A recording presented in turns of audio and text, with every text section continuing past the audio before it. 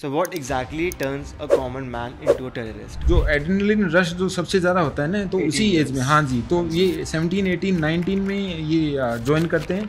और ये उस टाइम पे जो इनकी एज होती है वो सबसे ज़्यादा वल्नरेबल भी होती है। 26 सितंबर 2017 को एक और अटैक प्लान हो रहा था।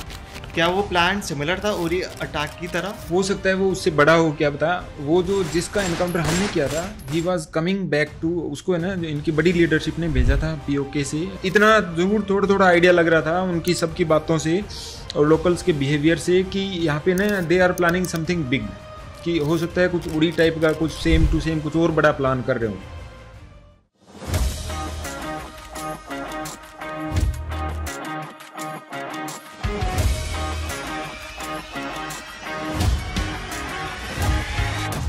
Hi everyone, I am Bharat Gupta, founder of Muscle Mind. This episode will be a very special and one of a kind episode. So we have covered 3 key areas on this podcast which will leave a lifelong impact on each one of you. Number 1 is what all prerequisites are required to enter into an Indian army. Number 2 is life secrets that one can inculcate in their own life to live a very happy life. Number 3, some of the personality traits of an Indian army that we as entrepreneurs and youth can inculcate in our traits to become a successful and a happy person. As we all know, on 18 September 2016, we woke up with a very sad and a very bad news. We lost 19 Indian armies on an attack which was planned on them.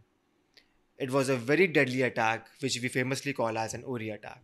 What we don't know that there was one more similar attack which was planned and our Indian army anticipated that attack successfully and they saved us from one more deadly attack. And to celebrate that, we have Major Pawan Kumar who won an Shaurya Chakra award and got the same from our ex-president Ramnath Kovind ji. And he was the one who killed that terrorist who was serving in the Jammu and Kashmir region since many years. Please welcome Major Pawan Kumar on the Bharat Gupta podcast. So thank you so much, Major, for being here, and it's truly an honor to have you here. Thank you so much. So major, जो मेरा पहला question है आपसे कि ये आपका thought process कहाँ से आया कि आपको इंडियन आर्मी ज्वाइन करनी है? So basically, I belong to Rajasthan. Rajasthan में there is a place called Shekhawati region, and in Shekhawati region there are 3 districts: Jhunjhunu, Sikar, and Churu. I belong to Churu district. So in these 3 districts and in my Churu district also, in every household you will find a Fauji. You throw a stone and it will fall on a Fauji, retired or serving, right? So since childhood we used to see and meet lot many soldiers. So wherever region, wherever you are staying, like if you are staying in some IT region like Bangalore, Silicon Valley or somewhere else, so you are getting motivated to join IT and so on and so forth. So for us staying in that region since childhood, if we are meeting soldiers, we are listening to their stories which are not on cameras also, like we are getting the stories which they tell only to us, they share only with us. So that's how the mindset of the people of that region gets us shaped. I am from a very humble background. My house is based near that gateway of Thar. That's what we call. We are totally dependent on rains for our crops and cultivation, everything. So we were not so well off. So what used to happen that during those days, whichever जो भी form जो पहले आ रहा है employment के लिए, हम अगर हमने ग्रेजुएशन कर ली और हमारी एक उम्र है, मान लीजिए कि 18 साल है, 19 साल है, 20 साल है, 21 साल है, और एक कोई भी फॉर्म आता है, तो जनरली होता क्या था, आपने नहीं देखा होगा, लेकिन होता क्या था, अभी तो इंटरनेट और ये सब कुछ है, उस टाइम पे फोटोस्टेट की दुकान जो शॉप्स थी, दे वर मच प्रिविलेंट. तो मतलब वो हमारा एक employment office kind of stuff था. तो वहाँ पे हम लोग जाते थे, वो लाइन से ऐसे लगा के रखते थे, तो हम देखते थे कि हम ये वाला फॉर्म अप्लाई कर सकते हैं, ये कर सकते हैं, ये कर सकते हैं, ये 50 रुपीज़ का, ये 100 रुपीज़ का, ये 200 रुपीज़ का. बचपन से ही हमारे अंदर एक जो माइंडसेट, जिस मानसिकता की आप बात कर रहे हैं, वो एक मतलब घर सबकॉन्शियसली वो कहीं ना कहीं हमारे दिमाग में होता है कि अगर आर्मी का होगा तो बेटर ऑप्शन हमको लगता है. सो ड्यूरिंग दैट टाइम जब हमारा जब ऐसी एक एज हुई और एक ऐसे घर वालों ने भी बोला कि बोलो बेटा अभी you should look for some job. तो ऐसे ही एक दिन जो हमारे फ्रेंड्स थे, हम लोग उस शॉप पे गए, फोटोस्टेट की दुकान पे, तो देखा कि जो CDS का एक फॉर्म है, तो we fill that form and luckily got through it. जो पहला अटेम्प्ट था उसमें एग्ज़ाम भी क्लियर हो गया और फर्स्ट अटैम्प्ट में एसएसबी भी क्लियर हो गया जी. So major now I want to know from you कि आपने कौन सी एज में इंडियन आर्मी ज्वाइन करी? So I joined at age of 23. 23 years old. So मुझे बहुत इंटरेस्टिंग फैक्ट होता है कि 23 ईयर्स में अगर पर्सनली मतलब एंड आई सीन कि मैनी पीपल और मैनी जब वो जो एज है ना 23 से 25 अपने लोग में काफ़ी लोग एक्सपेरिमेंट कर रहे होते हैं कि what they want to do. आपके लिए 23 ईयर्स में आर्मी में जाना और वहाँ पे जो ट्रेनिंग्स होती है, डिसिप्लिन होता है, उसको मतलब फॉलो करना कितना टफ था वो? ऑनेस्टली बताऊं तो देखिए हमारा रीजन है ना, it is known for very tough people mentally and physically. I will tell you some reasons. Because हमारा एक तो एक्सट्रीम टेम्परेचर होता है, लाइक चूरू में ना टेम्परेचर बड़े एक्सट्रीम होते हैं. एक्सट्रीम इन द सेंस कि विंटर्स में इट गोज टू -2 और -1 generally, and in summers it is like +45, 49 और 47 is very common. So physically we are very tough people, very very tough people. Nobody can मतलब training से तो कोई फ़र्क ही नहीं पड़ेगा, कोई फ़र्क नहीं पड़ेगा. हाँ जी. दूसरा जो है मेंटली लाइक हम इतने वेल ऑफ नहीं होते, तो we have gone through so many of phases in life. तो हम मेंटली भी एकदम तैयार होते हैं, फिजिकली भी एकदम तैयार होते हैं. तो हमारे स्पेशली उस रीजन के लोगों के लिए जो ट्रेनिंग होती है वो इतनी मुश्किल नहीं होती. हालांकि जो ट्रेनिंग होती है, ट्रेनिंग के बाद में, चाहे ट्रेनिंग से पहले लाइक जो कैडेट्स आते हैं, कोई कहीं से आता है, किसी पार्ट से आता है इंडिया के, कोई कहीं से आता है, कोई सैनिक स्कूल से आता है, कोई गवर्नमेंट स्कूल से आता है, कोई कॉन्वेंट स्कूल से आता है, कोई थोड़ा सा हेल्दी होता है, कोई थोड़ा सा फिटर होता है. लेकिन ट्रेनिंग के बाद में सारे, अगर आप देखोगे किसी भी पासिंग आउट परेड देखोगे, उसके बाद में आप कैडेट्स को देखोगे तो आप पहचान नहीं पाओगे, सारे के सारे सेम टू सेम होते हैं. तो एक लेवल पे लेके आ जाते हैं वो. सो मेजर जो मैं सेकंड था कि ये जो यूरी अटैक हुआ था वो हुआ था 2016 में. ऑल्दो जब हम सबको पता चला था, उसके जो मतलब ग्रीवेंस है, it is still there. We all feel so bad, so sad.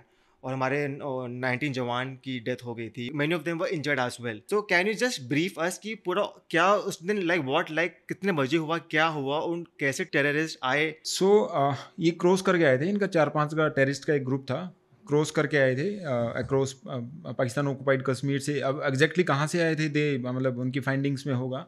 तो ये क्रॉस करके आए थे और अर्ली मॉर्निंग में उड़ी जो ब्रिगेड कैंप है, उड़ी इज़ लाइक मतलब थोड़ा सा है ना अंदर है पाकिस्तान, मतलब 3 तरफ से पाकिस्तान है और उड़ी थोड़ा सा अंदर उनके अंदर है. तो वहाँ पे स्कोप ज़्यादा रहता है अगर वो 3 साइड से आ सकते हैं क्रॉस करके. तो हमारा ब्रिगेड हेडक्वार्टर में उड़ी, वहाँ पे हमारा 12 ब्रिगेड हेडक्वार्टर है. तो 12 ब्रिगेड हेडक्वार्टर में अर्ली मॉर्निंग, तो जनरली ये जो होते हैं ये अर्ली मॉर्निंग से होते हैं अटैक, क्योंकि उनको लगता है कि हमारे जवान थोड़े से डिले होंगे या ड्यूटी चेंज हो रही होगी, इसी हिसाब से ना. तो उस टाइम पे क्या होता है, वो क्रॉस करके आ गया. वो क्रॉस कब किया था, 2 दिन पहले किया था, 1 दिन पहले किया था, वो तो आई am not sure and I am not aware also. जब वो आ गए थे तो उस टाइम पे हमारे उड़ी में क्या था कि देखिए चेंज ओवर होता है यूनिट का. वहाँ पे एक यूनिट थी 10 डोगरा. 10 डोगरा एक यूनिट फील्ड में 2-2.5 साल 3 साल ऐसे रहती है, और पीस में भी इतनी रहती है, तो वो चेंज होती रहती हैं, रिप्लेस होती रहती हैं. तो वहाँ पे जो यूनिट थी 10 डोगरा, उसको रिप्लेस करने के लिए एक नई यूनिट वहाँ पे आई हुई थी, क्योंकि उनका 2-2.5 साल का वहाँ पे टाइम पूरा हो रखा था. दूसरी यूनिट आई थी 6 बिहार. तो उस टाइम पे एक ऐसा टाइम होता है जब मतलब थोड़ा सा ना कन्फ्यूजन तो नहीं कह सकते, लेकिन थोड़ा सा फिर भी एक कहीं ना कहीं होता है कि मतलब who is responsible for what. हालांकि सबको very very well laid down SOP होती है कि who is responsible for what, but still वहाँ पे ना थोड़ा सा लाइक नई आने वाले यूनिट के भी इतने सारे जवान होते हैं, जाने वाले यूनिट के भी इतने सारे जवान होते हैं. और जो उस समय क्योंकि वहाँ पे जो फील्ड लोकेशंस है वहाँ पे इतना अकोमोडेशन वगैरह नहीं होता, तो टेंट में रह रहे थे वो लोग ना. उनके लिए एक मेकशिफ्ट अरेंजमेंट टेंट वगैरह जो हम करके रहते हैं मिलिट्री में, आपने भी देखे होंगे. तो उस टेंट में वो रह रहे थे. तो वहाँ पे ये एफओएल मतलब जो फ्यूल ऑयल लुब्रिकेंट्स वो सब भी था वहाँ पे. तो later on we go to know that कि वो टेररिस्ट आए थे मॉर्निंग में, और उन्होंने खूब सारा मतलब एक साथ दनादन खूब सारे ग्रेनेड वहाँ पे फेंके थे.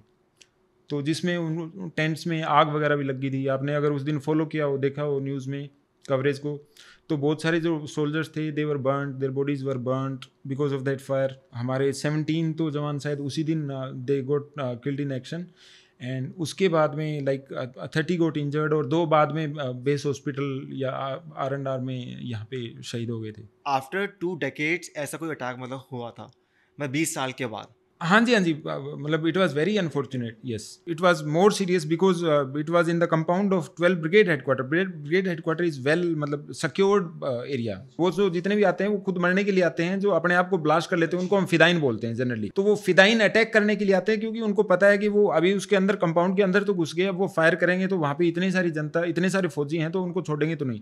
तो आवर जवान killed them. So what exactly turns a common man into a terrorist or a common teenager into a terrorist? हाँ जी, जैसे हमारे ना यहाँ पे जो एड्रेनलिन रश जो सबसे ज़्यादा होता है ना, तो उसी एज में, हाँ जी, तो ये 17, 18, 19 में ये जॉइन करते हैं। और ये उस टाइम पे जो इनकी एज होती है वो सबसे ज़्यादा वल्नरेबल भी होती है, क्योंकि इनको कुछ ना कुछ लोभ लालच देके जो इनके जो आका बैठे हैं उस साइड में या इस साइड में जो उनको सपोर्ट करते हैं, वो इनको पकड़ लेते हैं। लाइक हम बोलते हैं कि अच्छे टैलेंट को catch them young, so they might also be there have their books की कैच दम यंग।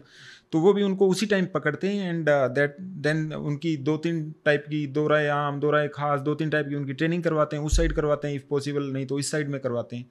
ट्रेनिंग के बाद में देन उनको फिर माइंड वॉश, ब्रेन वॉश, पता नहीं क्या क्या करते होंगे, देन दे लॉन्च देम।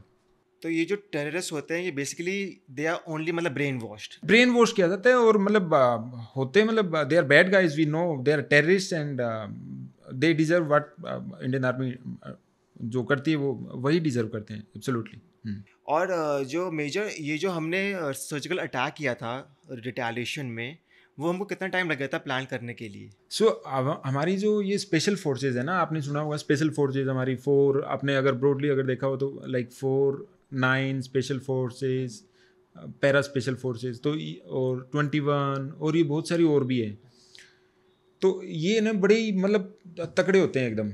इनको ना ये पूरी साल रिहर्स ही करते रहते हैं। अब लोकेशन क्या है, आप इनको है ना, लोकेशन ऐसे नहीं है कि आप इनको मतलब उस लोकेशन पे इनको रिहर्स करना जरूरी है। लाइक ये वाला जो आई थिंक 2016 वाला जो अपना इंसिडेंट हुआ था उड़ी वाला, ये आई थिंक 18 सितंबर को या समथिंग हुआ था। हाँ जी, 18 सितंबर। 18 सितंबर को हुआ था। और जो हम अपनी जो टीम जो पैरा स्पेशल फोर्सेज की और जो बाकी जो उनके वो थे नुमाइंदे, वो जो अटैक करके आए थे, सर्जिकल स्ट्राइक करके आए थे, प्रीएम्प्टिव सर्जिकल स्ट्राइक, वो करके आए थे आई थिंक आफ्टर 10-11 दिन के बाद में, 28 तारीख को या 29 तारीख को करके आए थे, 10 दिन के।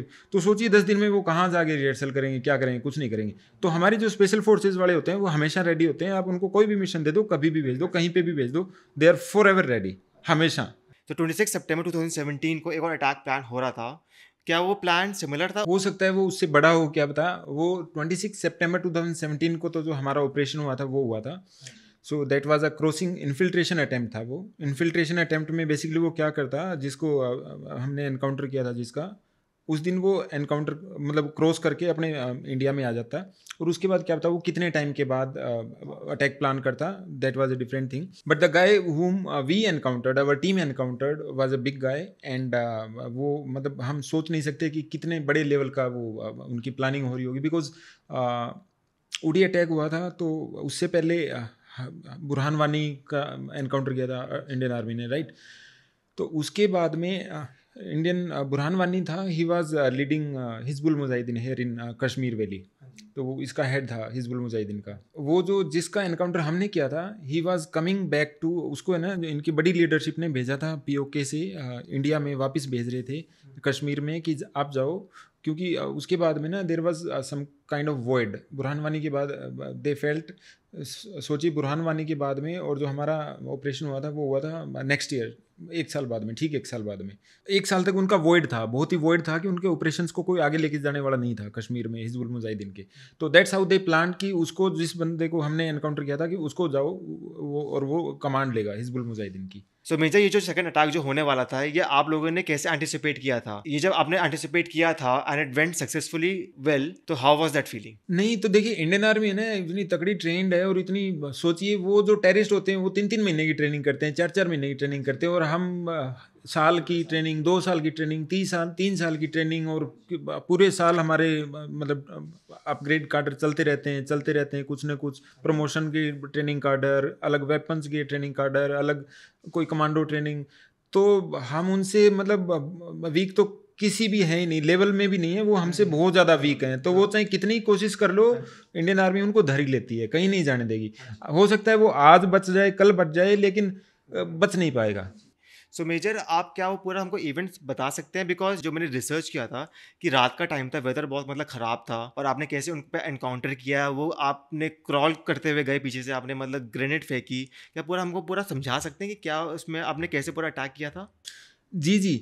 सो उससे पहले आप जो पूछ रहे थे उसका मैंने पूरा आंसर नहीं दिया था कि हमने कैसे एंटिसिपेट किया था। तो हमको मतलब ऐसा एंटिसिपेट कभी हम नहीं कर सकते, नहीं हमको पता होता है कि एग्ज़ैक्ट वो ही आएगा या कोई और आएगा, ये हम सबको नहीं पता होता है। लेकिन ब्रॉडली हमको थोड़ा-सा आइडिया होता है कि एक तो हमको हायर हेडक्वार्टर से इनपुट्स मिलते रहते हैं, उनके इंटेलिजेंस के थ्रू उनके अलग सोर्सेज़ होते हैं। एक हमारे लोकल सोर्सेज़ होते हैं, जैसे मैं अगर वहाँ पे ऑपरेट कर रहा हूँ, मेरा जो एरिया ऑफ रिस्पॉन्सिबिलिटी है, तो आई वाज पार्ट ऑफ 34 राष्ट्रीय राइफल्स। 34 राष्ट्रीय राइफल्स जाट रेजिमेंट की एक राष्ट्रीय राइफल्स है। तो एक राष्ट्रीय राइफल्स बटालियन है। 34 राष्ट्रीय rifles is one of the finest counter insurgency राष्ट्रीय राइफल्स। बहुत ज़्यादा एक्सपीरियंस है। तो हम लोग ने हमारे जो लोकल सोर्सेज हम वो करके रखते हैं वहाँ पे, कल्टीवेट करके रखते हैं। तो उनके थ्रू हमको जो लोकली क्या चल रहा है वहाँ पे, अक्रॉस क्या चल रहा है, और हमारे लोकल जो विलेजेस हैं उनमें क्या चल रहा है, तो हमको कुछ इनपुट्स मिलते रहते हैं। इसके अलावा हायर हेडक्वार्टर से जो इनपुट मिलते हैं, हम हमारे लोकल वाले जो इनपुट्स को उनको मैच करके देखते हैं। अगर थोड़ी बहुत भी संभावना बनती है, then we start acting on that कि यार ऊपर वाले भी यही बोल रहे हैं, हमारा भी लोकल सोर्स भी यही बोल रहे हैं, तो कुछ ना कुछ होगा। तो एग्जैक्ट नाम और ये सब नहीं पता था कि इतना बड़ा कोई कमांडर यहाँ पे आने वाला है, क्रॉस करने के लिए आने वाला है। लेकिन इतना ज़रूर थोड़ा थोड़ा आइडिया लग रहा था उनकी सबकी बातों से और लोकल्स के बिहेवियर से कि यहाँ पे ना they are planning something big, कि हो सकता है कुछ उड़ी टाइप का, कुछ सेम टू सेम कुछ और बड़ा प्लान कर रहे हो। क्योंकि हम सर्जिकल स्ट्राइक करके आए थे अपनी, तो सर्जिकल स्ट्राइक के बाद में तो वो भी ऐसे चुप नहीं बैठेंगे, तो वो भी कुछ बड़ा प्लान करेंगे उसके बदले में। ये सारे इवेंट्स को देखते हुए वी वर अलर्ट, मतलब हम हमेशा 24/7 अलर्ट पे थे। We were on our toes. हम रेगुलर पेट्रोलिंग, जो एक एम्बुश करते हैं, हम एम्बुश लगाते हैं। एम्बुश में क्या होता है कि हम रात को वहाँ पे जाके बैठते हैं, 1 दिन 2 दिन 3 दिन 4 दिन, या रिक्वायरमेंट सिचुएशन के हिसाब से हम वहाँ पे जाके बैठते हैं। बैड वेदर वाला जो आप बोल रहे थे, बैड वेदर क्या होता है कि आजकल है ना, ये जितने भी टेररिस्ट होते हैं ये इन्फिल्ट्रेशन करते हैं, तो ये बैड वेदर देखते ही देखते हैं, प्रेडिक्शन देखते हैं, वेदर का प्रेडिक्शन कि मून वो डार्क नाइट कब होगी और बैड वेदर कब होगा, स्नोफॉल होगा, सो दैट उनको लगे कि ये इंडियन आर्मी के जो सोल्जर हैं थोड़े लिथार्जिक मिलेंगे, लेजी मिलेंगे, थोड़े सो रहे होंगे, और भी बहुत सारे फैक्टर्स ये चूज़ करते हैं। तो सेम ऑन मतलब हमको ये तो आइडिया था ब्रॉडली कि यार ऐसा ऐसा कोई मतलब इन्फिल्ट्रेशन का अटेम्प्ट कर सकता है हमारे इलाके से, लेकिन हमको एग्जैक्टली ये नहीं पता था, क्योंकि बड़ा इलाका होता है। आप सोचिए 3-4 किलोमीटर का अगर इलाका है, 3-4 बाई 3-4 किलोमीटर का इलाका है, तो अब उसमें कहाँ से क्रॉसिंग करेगा, अब ये तो नहीं पता। अब हमारे पास जो मैन पावर है वो तो लिमिटेड ही मैन पावर है। सो हम जो मेन हमारे ट्रैक्स होते हैं, जो भी क्रॉसिंग पॉइंट्स होते हैं, हम वहाँ पे हमारे एम्बुश पार्टीज बिठा देते हैं। टाइमिंग नहीं पता होगा कि कब आएगा, लेकिन अगर हमको थोड़ा बहुत भी ऐसे लगता है कि यार इन्फिल्ट्रेशन हो सकता है, तो सोच के देखिए कि ऐसा ये कोई जो वो ऑपरेशन होता है वो कोई एक दिन का इवेंट नहीं होता कि लोगों को लगता है कि एक दिन आए और एनकाउंटर हो गया और बल्ले बल्ले ऐसा बड़ा ही सक्सेस, ऐसा नहीं होता। उसके लिए हमको मतलब पूरी साल उसी हिसाब से अलर्ट रहना पड़ता है। अब किस दिन ऑपरेशन होगा, कौन से समय होगा, कौन से पार्टी के साथ होगा, ये किसी को नहीं पता होता। लेकिन एज ए कंपनी कमांडर जो सबसे ज़्यादा रिस्क वाली जगह है, प्रोबेबिलिटी जहाँ पे ज़्यादा है, क्योंकि अगर ऐसी रिस्क वाली जगह है तो जो ऑफिसर होते हैं, Indian army is known for leading, like उनके जो Indian army is known for their officers, कि उनके ऑफिसर हमेशा they lead from the front, हमेशा आगे रहते हैं। चाहे कोई भी ऑपरेशन हो, किसी भी प्रकार का ऑपरेशन हो, इंडियन आर्मी के ऑफिसर हमेशा आगे चलते हैं। तो इस रिस्क फैक्टर को देखते हुए कि जो सबसे रिस्की जगह थी, क्योंकि जनरली क्या होता है, जो भी टेररिस्ट आते हैं इन्फिल्ट्रेशन करते हैं, तो ये आसान रास्ता नहीं चुनते हैं, आसान रास्ता नहीं चुनते हैं। जो सबसे मुश्किल रास्ता होता है ना, सबसे मुश्किल समय, सबसे मुश्किल वेदर और सबसे मुश्किल रास्ता। क्यों पर ये? वो इसलिए क्योंकि उनको पता है कि अगर हम सबसे मुश्किल रास्ते जाएंगे तो वहां पे हम नहीं मिलेंगे। हम हो सकता है मुश्किल रास्ते पे 1 दिन जाके बैठ जाएं, 2 दिन जाके बैठ जाएं, 1 साल में तो हम थक ही जाएंगे ना, कि यार रोज रोज इतना। आप सोच कि हम 1 घंटा अगर ऊपर चढ़ रहे हैं पहाड़ पे जैसे तैसे, फिर पूरी रात वहां बैठना, फिर उतरना, तो रोज रोज हम ऐसा नहीं कर सकते। तो जो सबसे मुश्किल रास्ता होता है, जहाँ पे वहाँ पे रिस्क की प्रोबेबिलिटी सबसे ज़्यादा होती है, तो वहाँ पे आने के चांसेस सबसे ज़्यादा होते हैं। आसान मतलब वो नहीं चाहते कि हम आसानी से हमको एनकाउंटर को एम्बुश कर ले। तो ऐसे ही जगह पे जो सबसे मुश्किल, जो सबसे ज़्यादा प्रोबेबिलिटी थी, रिस्क थी, वहाँ पे I was sitting with my team. और कितनी बड़ी थी आपकी टीम तब? टीम जनरली है ना वहाँ पे कश्मीर वैली में जो ये काउंटर इंसर्जेंसी और एंटी इन्फिल्ट्रेशन ऑपरेशंस होते हैं, इनमें टीम है ना, हमारा एक कॉन्सेप्ट होता है स्मॉल टीम का। स्मॉल टीम अब हो सकती है कमांडर के ऊपर, जो वहाँ का जो लोकल कमांडर है, लाइक उस टाइम पे मैं था, तो थोड़ा बहुत उसके ऊपर डिपेंड कर लेती है कि वो 6 बंदे लेके जाएगा, 8 लेके जाएगा, या उससे भी छोटा 4 लेके जाएगा, क्योंकि जितनी ज़्यादा छोटी टीम होगी सक्सेस रेट उसकी उतनी ही ज़्यादा होती है। पर ऐसा क्यों? बिकॉज जितनी बड़ी टीम ज़्यादा बेटर तब नहीं होगा? जितनी ज़्यादा बड़ी टीम होगी ना तो उतना ही ज़्यादा कन्फ्यूजन होगा। अगर छोटी टीम है तो आप साइलेंस भी रख सकते हो, और बहुत सारी चीज़ें होती है। जब आपको 2 दिन 3 दिन 4 दिन बैठना होता है तो आपको छोटी टीम ही रखनी पड़ती है। तो हम 8 जने बैठे हुए थे वैसे ही हमारे ऑपरेशन के लिए, एम्बुश के लिए, but we were not aware कि यहाँ पे उसी दिन कोई ऑपरेशन होने वाला है, या एनकाउंटर या कोई क्रॉसिंग इन्फिल्ट्रेशन होने वाला है। ये सब हमको नहीं पता होता, या किसी को नहीं पता होता। हालांकि हायर हेडक्वार्टर से ऐसे इनपुट्स हमारे पास आते रहते हैं, वो अपना मतलब कहीं से करते होंगे, उनको इनपुट्स मिलते होंगे, वो बताते रहते हैं कि भाई नेक्स्ट 24 आवर्स में या नेक्स्ट 12 आवर्स में, नेक्स्ट 33 डेज में there is a probable chances of infiltration, तो आप थोड़ा एक्स्ट्रा अलर्ट पे रहना। तो हम उस टाइम पे थोड़ा एक्स्ट्रा अलर्ट पे रह जाते हैं। तो इस टाइम पे तो माई टीम वाज अलर्ट। मैंने अलग अलग खूब सारी 3-4 टीमें बिठा रखी थी। तो मतलब ऐसा तो कोई इशू था नहीं अभी, क्योंकि हम डेली वहाँ पे जाते थे, तो हमारा माइंडसेट ऐसा था कि हम we were ready for anything, any eventuality. So likewise that was a dark night, और weather was like early morning, थोड़ा सा it was raining. So around 3 o'clock हुआ क्या, दैट मैं और तो हम जैसे एम्बुश में क्या होता है, हम छोटी टीम लेके जाते हैं ना, तो उसमें एक फ़ायदा ये होता है कि हम बड्डी पेयर बना लेते हैं। उसमें ना बड्डी पेयर बना लेते हैं। बड्डी पेयर क्या करता है, लाइक 2 जने उस साइड, एक साइड देख रहे हैं, 2 जने एक साइड देख रहे हैं, तो चारों साइड कवर हो जाती हैं। तो लाइक मैं और मेरा बड्डी एक साइड में देख रहे थे, तो वहाँ पे हमको थोड़ा सा ना अनयूजुअल मूवमेंट कुछ दिखाई दिया। तो हम क्या होता है कि वहाँ पे ना फौजी अपने कोई भी होते हैं, वहाँ पे एक ही जगह पे अगर वो लगातार जाके बैठते हैं ना, तो वो चीज़ों का, सराउंडिंग्स का उनको आइडिया लग जाता है कि थोड़ी सी जो वहाँ पे जो बर्ड्स होते हैं, लाइक यार नहीं यार ये बर्ड तो हम 1 साल से आगे बैठ रहे हैं, मैंने कभी नहीं सुनी। हाँ जी, हाँ जी। तो पूरा आइडिया होता है उनको कि यार इस टाइप की टैपिंग तो, मतलब फुट की टैपिंग तो मैंने कभी नहीं सुनी। तो थोड़ा सा उनको मतलब जनरली अनयूजुअल लग जाता है कि यार that something is not usual. That same day my buddy, so he told me, बोलते नहीं है बट हमारी मतलब प्री डिटरमिन्ड कुछ कोड वर्ड्स होते हैं, like he touch, elbow touch किया, and he sign towards me की, हिंटेड टुवर्ड्स मी की something is not usual. So हमने हमारी और मतलब अच्छे से जो हमारे पास रात को देखने के आले होते हैं, इक्विपमेंट्स होते हैं, उनके थ्रू और चेक किया, और जो हमारी और जो सर्वेलेंस टीम्स होती है जो ऊपर बैठी रहती है उनके थ्रू चेक किया। So we got to know that yes there is some movement. Initially हमको लगा कि कोई एनिमल होगा, या लाइक वहाँ पे स्नो लेपर्ड और बेयर बड़ी, हाँ जी, बहुत ही यूजुअल होता है, मतलब आते रहते हैं सामने ना। बट जैसे धीरे धीरे चीज़ें मतलब और सामने आती गई, हमारे पास जो रात को देखने के इक्विपमेंट्स होते हैं उनके थ्रू हमको पता चला कि नहीं, दिस इज सम गाय। तो वहाँ पे या तो फौजी होते हैं या टेररिस्ट होते हैं, तीसरा कोई बंदा नहीं होता, भूत और कोई नहीं होता वहाँ पे। भूत हम इंडियन आर्मी वाले ही होते हैं, मतलब, या फिर टेररिस्ट होते हैं, सिविलियन वहाँ पे कोई आ नहीं सकता। तो हमको एक चीज़ तो क्लियर होगी भाई, एक बंदा है, हम क्योंकि हमको एक ही बंदा दिखाई दिया था। लेकिन जनरली वहाँ पे क्या होता है कि एक बंदे की कभी क्रॉसिंग नहीं होती है, कोई भी एक बंदा आता नहीं, ग्रुप आता है, उनको 4-5 ग्रुप इन्फिल्ट्रेशन करके आता ही आता है, एक बंदा कभी हमने नहीं देखा। कभी बहुत ही टफ होता है, क्योंकि अगर ग्रुप है तो हम उसको अच्छे से, हाँ, एक आदमी छुप जाएगा, इधर उधर कुछ भी कर लेगा, और अगर दूसरा अगर वो मोबाइल टेक्नोलॉजी कुछ भी यूज़ नहीं कर रहा है तो ऊपर वाली एजेंसीज के लिए भी उसको पकड़ना बहुत ही मुश्किल होता है, बहुत ही टफ हो जाता है।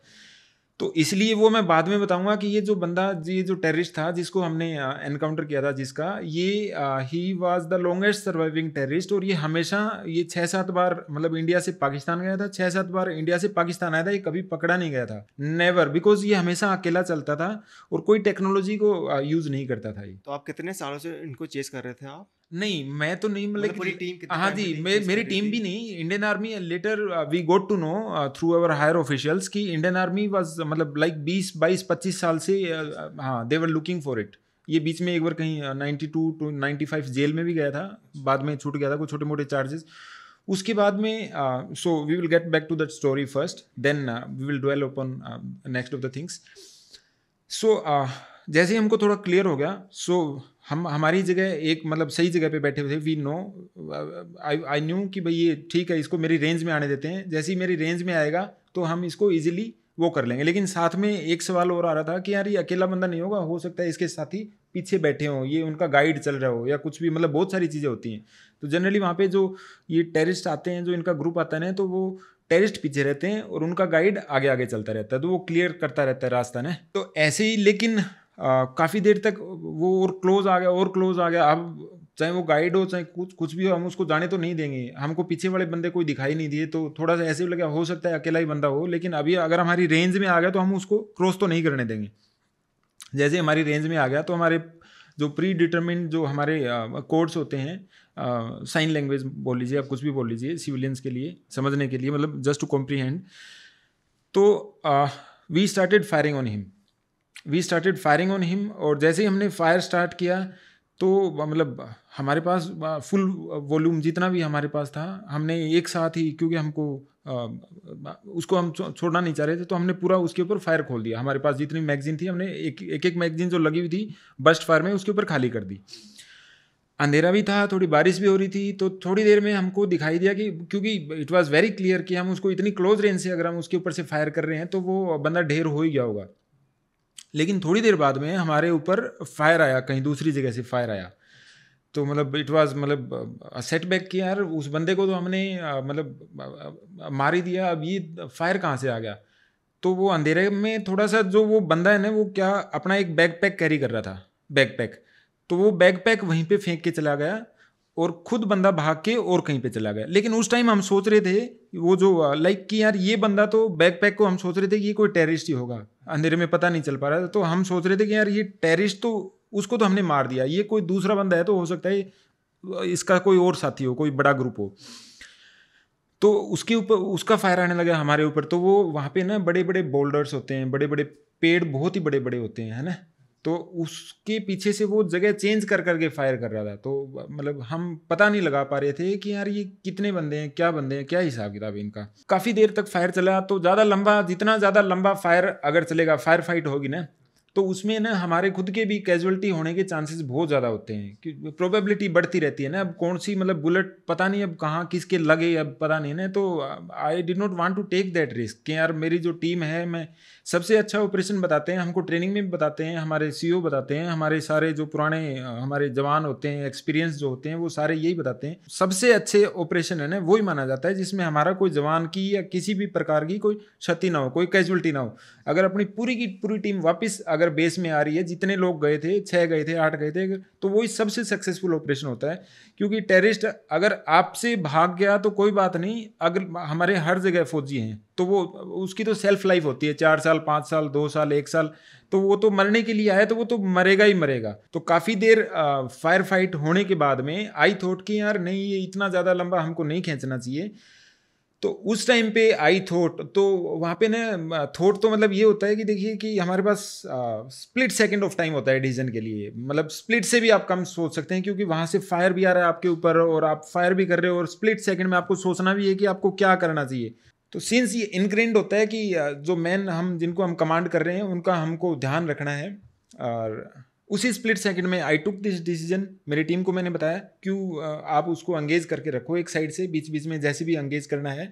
So I left from my place, जहाँ पे हम लोग बैठे हुए थे। They told me not to go, but मतलब कुछ नहीं कर सकते थे अब, क्योंकि क्या पता वो बंदा हमारा कितना कैजुअलिटी करते, एक बंदा, एक दो बंदा, एक वो जगह चेंज कर करके फायर कर रहा था। हालांकि हमको पता लग गया था, क्योंकि किसी भी समय साइमल्टेनियसली 2 जगह से फायर नहीं आ रहा था। तो ये तो मेरे को क्लियर हो गया था कि बंदा एक ही है, वो जगह चेंज कर करके फायर कर रहा है। 2-4 साल वाले होते हैं वो, तो 1-2 मिनट का काम होता है उनका। अगर कोई 10-15 मिनट, 20 मिनट अगर कोई खींच रहा है कोई बंदा, तो इसका मतलब वो थोड़ा सा है उसके अंदर, मतलब वो सोच रहा है, वो कोई माइंड सेट से आया है, ही नोज की हाउ वी ऑपरेट।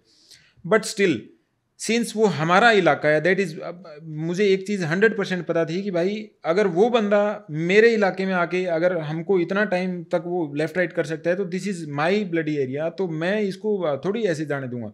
तो आई वॉज फुली कॉन्फिडेंट कि भाई मेरा एरिया है। अगर वो एक एक पत्थर का पता है, तो मुझे तो हर एक कंकर का पता है, एक एक छोटे छोटे पेबल का पता है मेरे एरिया में, क्योंकि मैं रोज़ आता हूँ यहाँ पे। तो मैं मेरी जगह से क्रोल करके गया, मतलब क्रोल करके बोल लीजिए, कैसे भी करके पीछे की साइड उसमें गया। सो उस टाइम पे वाइल ही वाज सरप्राइजिंग अस, तो उस टाइम पे जब ठीक उसके पीछे जाके व्हेन आई सो हिम, मतलब एक जनरल एरिया, सो अंधेरे में, मतलब जैसे आप देखना बोल लीजिए, कैसे भी बोल लीजिए, he was firing from that general area. I threw a grenade on him, and then he perforce has to come out. जब वो बाहर आया, बिकॉज वो भी एकदम सरप्राइज होगा कि यार इनकी तो पूरी टीम सामने बैठी हुई थी, अभी रात को ही 3 बजे कौन सी टीम आ गई यहाँ पे. तो जब उसको बाहर आना पड़ा, जैसे ही वो बाहर आया, then we encountered him then and there, our entire team. We just thought कि that we just killed some normal terrorist only.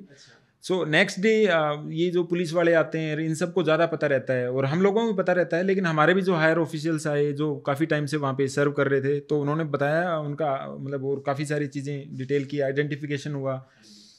तो पता चला कि that he was the longest surviving terrorist of the valley. He join terrorism in 2000 नहीं, वो 16 years की जो as था तब उसने ज्वाइन किया था. और जब हमने उसका एनकाउंटर किया था तो then he was 43 years old. He was having one, उसकी खुद की एक तंजीम बना रखी थी. अभी वो यहाँ पे इसकी बुरहान वानी के बाद में ये हिजबुल मुजाहिदीन की कमांड लेने के लिए आ रहा था. And he was having a bounty of 10 lakhs. और वहाँ पे कैटेगरी बोलते हैं कि A++ कैटेगरी का था. एंड लाइक 50 ही जो कश्मीर वैली में जितने भी मोबाइल टावर पे टेररिस्ट अटैक हुए थे, अगर आपने सुना हो तो, उस टाइम पे ना मोबाइल टावर पे बहुत सारे अटैक्स होते थे. सारे के सारे मोबाइल टावर्स के ऊपर जितने भी अटैक किए थे वो इसी बंदे ने प्लान किए थे. और उसके नाम पे 50 पुलिस वालों का या सिविलियन का मर्डर की FIR हो रखी थी. मतलब he was some big shot. So it was a big relief. So it was trending. It trended on Twitter also for 2-3 days that we got him, and it was a big relief for us also. जैसे quick decision making, team building, team work और extreme situations में how to keep yourself काम. आप मेरे जैसे जो entrepreneurs हैं और जो यूथ है उन्हें क्या टिप्स देना चाहेंगे कि how they can develop the skills and how they can nurture themselves to become so strong. Patience बहुत ज़्यादा ज़रूरी है. पेशेंस लाइफ के अंदर, वो चाहे मैं अपनी लाइफ हो, चाहे फैमिली लाइफ हो, चाहे एंटरप्रेन्योरशिप हो, चाहे आर्मी ऑपरेशन हो, चाहे कुछ भी हो, पेशेंस बहुत ज़्यादा ज़रूरी है. वी नीड टू स्टे काम.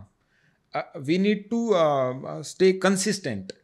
कंसिस्टेंसी, देखिए एक माइंडसेट होता है और एक कंसिस्टेंसी होती है. कंसिस्टेंटली अगर हम कोई काम को करते हैं, एक ब्रेक पॉइंट होता है, तो we need to touch that break point. Break point से पहले अगर हमने उसको छोड़ दिया तो कोई फायदा नहीं है. तो एंटरप्रेन्योरशिप में भी ऐसे नहीं है कि आपने मतलब काम शुरू करा, आपने कोई स्टार्टअप करा या कुछ भी काम शुरू करा और नहीं यार मेरे को तो मतलब I am not able to pay my employees और वट एवर, की बस गया सब कुछ खत्म. नहीं, अगर आपका आइडिया है, अगर आपके आइडिया में दम है, तो आपको सफलता मिलेगी मिलेगी. यू अगेन मतलब एक जो सबसे इम्पोर्टेंट चीज़ है वो और होनी चाहिए, वो है एथिकल होना बहुत ज़्यादा ज़रूरी है. एथिक्स, हाँ जी, हाँ जी, एथिक्स होना बहुत ज़रूरी है. Like I am working with a defence manufacturing firm. So the most important thing I love about them is that they are the, I think, most ethical people on this earth. Most ethical people on this earth. मतलब हमारे काम मतलब अपने आप हो जाते हैं, भगवान देख रहे हैं. हम अगर अच्छा मेहनत कर रहे हैं तो सब कुछ अच्छा होगा ही होगा. तो you need to be ethical. तो आजकल मोस्ट ऑफ द एंटरप्रेन्योर्स वो है ना शॉर्टकट मारते हैं, एथिक्स वगैरह को भूल जाते हैं. थोड़ा नेशन बिल्डिंग का भी अगर हम खुद का ही सोचेंगे, है ना, खुद का ही सोचेंगे, अपनी पॉकेट और अपनी कि मैं ये कोई गाड़ी ले आऊँ, रोल्स रॉयस ले आऊँ, ये ले आऊँ, वो ले आऊँ, तो कोई फ़ायदा नहीं है. आपको देश का सोचना पड़ेगा, थोड़ा सा आपको एथिकल रहना पड़ेगा, कंसिस्टेंट रहना पड़ेगा आपको, और आपको चीज़ें एंटीसिपेट करनी पड़ेंगी. जैसे हम हमारे ऑपरेशंस वगैरह में करते हैं, क्विक डिसीजन मेकिंग बहुत ही ज़्यादा ज़रूरी है. तो ये सारी चीज़ें हैं जी. There are people like me जिनको आप लोगों से इतने इंस्पायर्ड हैं हम कि आप लोगों ने इतने tough operations within milliseconds आप you have to come up with something new and things don't go as per your plan. Things go as per, I mean कुछ चीज़ें प्लान नहीं होती है. तो उसमें how to stay calm, how to have this quick decision making process, उसके लिए क्या क्या टिप्स हैं जो आप हमको दे सकते हैं आप? देखिए ये है ना, मतलब ऐसे ओवरनाइट तो हो नहीं सकता, यू आर अवेयर. तो इसके लिए तो ना मतलब थोड़ी see it requires a bit of मतलब प्रैक्टिस, लाइक कंसिस्टेंसी. मतलब ऐसे ओवरनाइट हम नहीं लेके आ सकते. तो हमारे अंदर ये कैसे इनग्रेन होती है, देखिए कि हम ना ट्रेनिंग डे 1 से ही हमको ना वो चीज़ें हमारे अंदर इनग्रेन कर दी जाती हैं कि how to act, what to act, कैसे डिसीजंस लेने हैं. तो हमको केस स्टडीज़ बताते हैं वो पुराने जितने भी ऑपरेशंस हुए हैं हमारे, कारगिल के ऑपरेशंस, काउंटर इंसर्जेंसी ऑपरेशंस. तो हमारी वहाँ पे पढ़ाई होती है, वो यही पढ़ाई होती है कि हम कैसे सारे ऑपरेशंस हुए हैं, उनके लेसन्स क्या थे, वहाँ पे गलतियाँ क्या हुई थी. तो बाहर सिविल वाले एंटरप्रेन्योर जो काउंटर पार्ट हैं वो ये कर सकते हैं कि जो अच्छे लोग हैं, जो सक्सेसफुल लोग हैं, सक्सेसफुल चाहे पैसे कम हो लेकिन वैसे लाइफ में सक्सेसफुल हैं, उनकी लाइफ स्टोरीज को थोड़ा सा अच्छे से पढ़ें और जो वो काम कर रहे हैं आप उनको डेली लाइफ में फॉलो करें। तो धीरे धीरे अगर हम डेली वो काम करेंगे तो एब्सोल्यूट कामनेस भी आएगी, पेशेंस भी आएगा, कंसिस्टेंस भी आएगी। पैसों के पीछे नहीं भागना, पैसे इंपॉर्टेंट है, पैसे से ही सब कुछ होता है, लेकिन पैसे के पीछे नहीं भागना। इस मतलब दिमाग में कहीं ना कहीं सबकॉन्शियसली पैसे नहीं होने चाहिए हमारे, इस देश के लिए होना चाहिए, मतलब देश के लिए सोचना चाहिए कुछ ना कुछ। हम सब कुछ है ना पॉलिटिशियंस के भरोसे नहीं छोड़ सकते। हो सकता है लाइक गवर्नमेंट्स अच्छी हैं, अभी वाली गवर्नमेंट भी अच्छी है, सारी गवर्नमेंट्स अच्छी होती हैं, वो देश का अच्छा ही सोचती हैं, लेकिन हम सब कुछ उनके भरोसे नहीं छोड़ सकते। हम सबको कुछ ना कुछ करना पड़ेगा, तभी ये देश आगे बढ़ेगा। सरकार करती है, अच्छा काम करती है, लेकिन अगर यूथ, आजकल का यूथ आप देखोगे तो पता है क्या, मतलब ऐसे मिलते हैं एकदम ढीले ढाले, आप उनसे कुछ पूछ लो तो ऐसे कुछ नहीं पता एकदम कि मतलब कहाँ जाएंगे हम फिर। सो मेजर, आप जितने भी ट्रेड्स बता रहे हैं, lack of patience, lack of consistency, just running behind money, कोई मतलब बिगर कॉज का कोई रीज़न नहीं है, और they don't have a bigger cause attached to their goals, तो ये सब कहाँ से आ रहा है, क्यों आ रहा है? और आजकल के जो एंटरप्रेन्योर्स हैं, यूथ हैं, ठीक है, they want to be successful, but at the same time many of them are just running behind money, which is a very bitter truth. ये जो जितने भी ट्रेड्स आप जो बता रहे हैं, वो कैसे, वो क्या करे कि दे can develop this with time and turn out to be a better entrepreneur, and we can develop a better youth for generations to come. अभी हम जो पुराने लोग, जो अभी हम जैसे कोई भी होगा, हम उनको इसलिए याद करते हैं कि उन्होंने सोसाइटी को वापस दिया है, सोसाइटी को कुछ ना कुछ उन्होंने किसी न किसी फॉर्म में वापस दिया है। मेरे को मेरे गांव वाले तभी याद करेंगे जब मैं मेरे गांव के लिए कुछ ना कुछ वापस करूंगा, चाहे मैं बच्चों को पढ़ाऊं, चाहे एक भी बच्चे को सक्सेसफुल बनाऊं, क्योंकि मुझे वहीं से मिला है सब कुछ। तो किसी भी न किसी रूप में अगर हम सोसाइटी को वापस देंगे मेरे लेवल के हिसाब से, हो सकता है मैं 1000 बच्चों को ना कर पाऊँ, 10 बच्चों को ना कर पाऊँ, एक बच्चा मेरे लिए बहुत है मेरे लेवल के हिसाब से, लेकिन जिस भी रूप में अगर हम सोसाइटी को वापस दे रहे हैं तभी लोग हमको याद करेंगे, पूरी दुनिया याद रखेगी। और इसके अलावा like we have already spoken कि एक माइंडसेट होना बहुत ही ज़रूरी है, चाहे एंटरप्रेन्योर हो, चाहे यूथ हो, चाहे सोल्जर हो, चाहे कोई भी हो, टॉक्सिक नहीं होना बिल्कुल भी, है ना। एक चीज़ जो आजकल सोशल मीडिया का जो इन्फ्लुएंस है सबके, हमारे स्पेशली यूथ के ऊपर, कि टॉक्सिक नहीं होना बिल्कुल भी। अगर हम टॉक्सिक होंगे तो कुछ भी हाँ किसी का फ़ायदा नहीं है, नुकसान उसमें सबका ही है। सो मेजर, जो मैं एक चीज़ देख पा रहा हूँ, I think, correct me if I am wrong, कि आप कर्म को बहुत मतलब मानते हैं, आप कर्म हमेशा अच्छे रखने चाहिए। बिल्कुल बिल्कुल, अपना काम अच्छा रखो, बाकी तो ऊपर भगवान देख रहे हैं। अगर आप मतलब सोचोगे ना तो जैसे ये टाटा टूटा है, इन्होंने पैसे मतलब देश के लिए भी कर रहे हैं, और पैसे तो हैं ही इनके पास, इतने पैसे भयंकर पैसे हैं, तो ऐसे ही पैसे तो आते रहेंगे। अगर आप अच्छा काम करोगे तो लोग आपको और ज़्यादा पसंद करेंगे, आपकी चीज़ें और ज़्यादा खरीदेंगे, अगर आप जो भी काम कर रहे हो आपकी सर्विसेज और ज़्यादा खरीदेंगे। लेकिन अपना काम अच्छा रखो, इंटेंट अच्छा रखो, तो देश का भी भला होगा, खुद का भी भला होगा, पूरे समाज का भला होगा। So Major, there was one more point कि जो मेंटल रेजिलियंस है, ये as an entrepreneur and as a youth, what I am seeing कि मतलब it is very hard to build. आपके केस में what makes you mentally very strong and resilient? सबसे पहले तो मैं ये बताता हूँ कि जैसे आजकल के बच्चे हैं, उनको जैसे एंटरप्रेन्योर बनेंगे, वो स्टार्टअप खोलेंगे, तो उनके दिमाग में एक ही चीज़ फिट होती है कि एकदम क्विक सक्सेस चाहिए, एकदम पैसे चाहिए, एकदम मैं गाड़ी ले आऊँ, एकदम गर्लफ्रेंड्स हों, बिजनेस क्लास जाऊँ, फर्स्ट क्लास जाऊँ। तो दिमाग में वो जो एक्सपेक्टेशन है ना, वो जब रियल लाइफ में पता चलता है, उतना एक दो हो सकता है कोई ऐसे एग्जाम्पल हो जो एकदम क्विक सक्सेस मिल गई हो, जो हम आजकल देखते हैं, क्योंकि सोशल मीडिया है, फास्ट सब कुछ है, एक दो को मिल सकती है। तो वो एक दो वाली जो केस स्टडी है ना, उसी को लेके एक्सपेक्ट करते हैं कि मैं भी ये काम करूंगा तो मेरे को तुरंत मेरे चेन खोलूंगा और तुरंत पूरी इंडिया में खुल जाएगी। ऐसे नहीं होता। एक्चुअल में जो ग्राउंड रियलिटी होती है वो अलग होती है। वो एक दो को सक्सेस मिल गई होगी, लेकिन मैक्सिमम को स्टार्टिंग में धक्के खाने पड़ते हैं, इन्वेस्टर्स के धक्के खाने पड़ते हैं, या कस्टमर्स के पास धक्के खाने पड़ते हैं, कस्टमर्स की गालियाँ सुननी पड़ती हैं, तब जाके कहीं जाके सक्सेस मिलती है। तो सबसे पहले तो क्लैरिटी, जैसे आपने बताया कि क्लैरिटी ऑफ थॉट होना बहुत ही ज़्यादा ज़रूरी है। क्लियर विजन होना चाहिए, पता होना चाहिए कि भाई जो मैं काम कर रहा हूँ, ऐसे नहीं कि एक दिन में ही बस मैं टाटा बिरला बन जाऊँगा। एक दिन में नहीं बनोगे। आपको टाटा बनने में, बिरला को बिरला बनने में, जैक्सन को जैक्सन बनने में टाइम लगता है। वो टाइम क्यों लगता है? क्योंकि धीरे धीरे आप चीज़ें करते जाते हो, धीरे धीरे सीखते जाते हो। अब हो सकता है आपके केस में आप मेडिटेशन आपको हेल्प करती हो वो क्लियर थॉट लाने के लिए, हो मेरे केस में हो सकता है कि मेरा बैकग्राउंड जो मेरा है बैकग्राउंड उसने मेरी हेल्प की हो। एक चीज़ जो मैं यूथ भी मतलब उसको सोच सकते हैं, जो मैं विश्वास करता हूँ उस चीज़ में, वो है कि the power of your right thinking, power of your positive thinking, power of your subconscious mind, that is very important in your life. मैं 100% कह सकता हूँ कि since when I was in class 6, 7, 8, 9 तब से ही आई नो कि जो power of जो पॉजिटिव थिंकिंग है ना, अगर आप सोचते हो कि ये चीज़ होगी तो वो चीज़ 100% दैट विल हैपन। 100% उस चीज़ को दुनिया की कोई ताकत नहीं रोक सकती। जैसे वो बताते हैं कि if you really wish to do something then the universe conspires to help you. So उसी के बेसिस के ऊपर ना, अगर हम सबसे पहली चीज़ तो हमारे दिमाग से जीतना है हमको। अगर हम हमारे दिमाग से ही नहीं जीतेंगे तो मैं आपके दिमाग से कैसे जीतूंगा? आप तो मुझे हराने के लिए तैयार बैठे हो, क्योंकि कॉम्पिटिटिव एज है। इसमें सारे आप कोई नहीं चाहता कि आप मेरे से ज़्यादा पैसे कमाओ, आप मेरे से ज़्यादा सक्सेसफुल बनो। तो सबसे पहले तो हमको अपने आप दिमाग को मात देनी पड़ेगी। अगर आप सोच लेते हो ना कि आप कर सकते हो तो सब कुछ कर सकते हो। बहुत ही ज़्यादा ज़रूरी है कि, लेकिन सबसे ज़्यादा ज़रूरी है, इतना सोचना ही काफ़ी नहीं है कि मैंने सोच लिया और हो जाएगा। उसके ऊपर काम भी करना ज़रूरी है। उसके ऊपर ना हमको मतलब एक उस थॉट को मेंटेन करके रखना ज़रूरी है, कंसिस्टेंटली उसके ऊपर काम करना ज़रूरी है। सिर्फ खाली बैठने से कुछ नहीं होगा। लेकिन डाउट उसके ऊपर कभी नहीं आना चाहिए खुद के ऊपर। अगर सोच लिया कि मैं एंटरप्रेन्योर बनूंगा, मैं मेरा कोई ये काम करूंगा, तो भाई करके दिखाओ।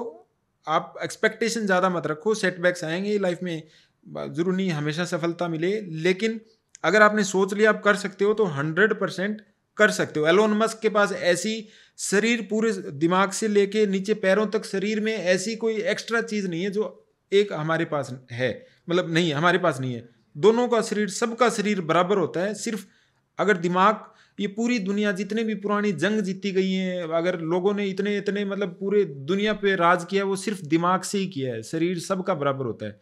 तो अगर दिमाग से लोग दुनिया पे राज कर सकते हैं इतना इतना इतने इतने सैकड़ों सदियों तक, तो हम तो कुछ है ही नहीं। मतलब छोटा सा एक एंटरप्रेन्योरशिप की बात कर रहे हैं, एक छोटे सा हमारा एक दिल्ली में एक ऑफिस खोलने की बात कर रहे हैं, तो बहुत ही छोटी सी मामूली सी चीज़ है। तो सिर्फ सोचना पड़ेगा हमको। अगर सोच लेंगे, उसके ऊपर काम करेंगे, तो 100% हम कर पाएंगे। So Major can I put it this way कि जो लाइफ का जो फॉर्मूला होता है, it is right mindset plus right execution plus right hard work plus right intent plus a very good cause how to make your country proud can lead to a very good and a very happy life. Absolutely, आपने इसमें एकदम मतलब country वाला जोड़ के और सही कर दिया। तो सारी चीज़ें अगर आप रखोगे और साथ में कंट्री को भी अपने दिमाग में रखो कहीं ना कहीं, जैसे वो बताते हैं एक काफ़ी चलता है सोशल मीडिया पे कि be a citizen worth dying for. अपने फौजी बेचारे 24 घंटे आप देखते हो कितनी दुर्गम जगह पे, कितनी मुश्किल घड़ी में, बर्फ में, सब जगह बैठे रहते हैं, हमारे लिए 24 घंटे खड़े रहते हैं। तो let us be a good citizen and worth dying for. So lastly Major I want to know कि राइट नाउ आप एक बहुत बड़ी फर्म में डिफेंस मैन्युफैक्चरिंग में काम कर रहे हैं, आप at a very good role, at a very senior role. तो ये जो आप कर रहे हो, it is out of your personal, अभी आप इनडायरेक्टली सर्व कर रहे हो इंडियन आर्मी को। एब्सोल्युटली। और ये आप जो चीज़ें मैन्युफैक्चर कर रहे हैं, is it based on your own personal experiences, और कि आपको अपने फ्रेंड से भी जो इंडियन आर्मी के थे उनसे आपको इनपुट्स मिलते रहते हैं कि what things we need to manufacture कि हमारा जो इंडियन आर्मी है और मतलब स्ट्रॉन्ग बने।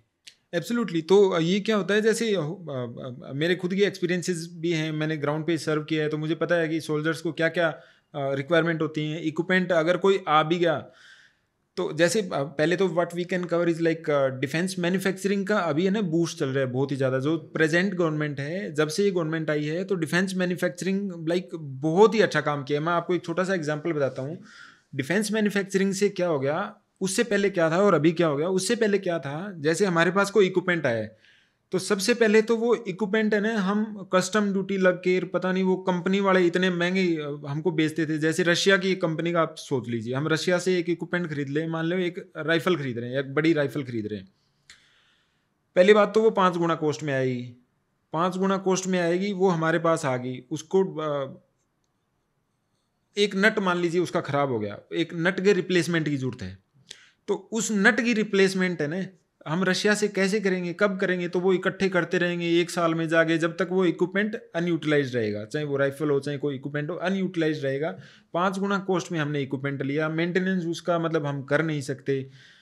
फिर वो वहाँ से अपना पूरा का पूरा जाएगा या उनकी टीम आएगी। इतना भयंकर पैसे लगते थे ना, इतने भयंकर पैसे। अभी डिफेंस मैन्युफैक्चरिंग का यहाँ पे ये होने के बाद में, बूस्ट के बाद में क्या हो गया कि वही सामान, वही जो राइफल थी, वो 5 गुना तो छोड़िए, आपको जो 1 गुना जो रेट होता है उसके आधे गुणे में मिल रही है। फिर दूसरा फ़ायदा ये है कि जो फौजी हैं, जो सोल्जर्स हैं हमारे, वो कंपनी वालों के पास, इंडिया की कंपनी है, वो डायरेक्टली फ़ोन कर लेते हैं या फिर उनका भेज देते हैं बंदा, यार एक अगले दिन में तो वो इक्विपमेंट ठीक हो जाता है। तो कितना मतलब फ़ायदा है ये। सो मेजर, जैसे आई एम एन एंटरप्रेन्योर और we have a very good base as well, अगर हमें लेट्स से कि अगर डिफेंस मैन्युफैक्चरिंग में जाना है, तो ऐसी कौन सी चीज़ है कि हम मैन्युफैक्चर कर सकते हैं? It can be a product, it can be a tech, it can be something else, कि जिससे इंडियन आर्मी की जो पावर है स्ट्रॉन्गर बने और जिससे नेशन का भी नाम अच्छा हो। देखिए, इंडियन आर्मी है ना, हर एक साल अपनी एक प्रॉब्लम स्टेटमेंट निकालती है, एक पूरी बुकलेट निकालती है वो। उसमें खूब सारी प्रॉब्लम स्टेटमेंट्स होती हैं, लाइक 50, 100, 150, 200 उनकी। भाई हमारे को, हम हाई एल्टीट्यूड में एक ऐसा बेड चाहिए, एक ऐसा टेंट चाहिए, एक ऐसे हमको पानी गर्म करने की चाहिए, एक ऐसा जनरेटर सेट चाहिए। ये सब निकालती रहते हैं। एक तो आप पहले उसके ऊपर वो देख सकते हैं। दूसरा सबसे इम्पोर्टेंट, आप कहीं अगर उनका हेल्प कर सकते हैं तो AI ML, लाइक अभी आने वाला है, हर जगह आ रहा है आर्टिफिशियल इंटेलिजेंस। अगर आपके पास है ऐसी कैपेबिलिटी, तो उनके पास बहुत सारे इक्विपमेंट, या आप खुद भी मतलब ऐसे काम कर सकते हैं कोई, ताकि AI इन्फ्यूज़ कर सकें। So thank you so much for watching this podcast. I hope you liked it and you picked some key insights from it which you would be replicating in your life journey and achieving good amount of success and happiness.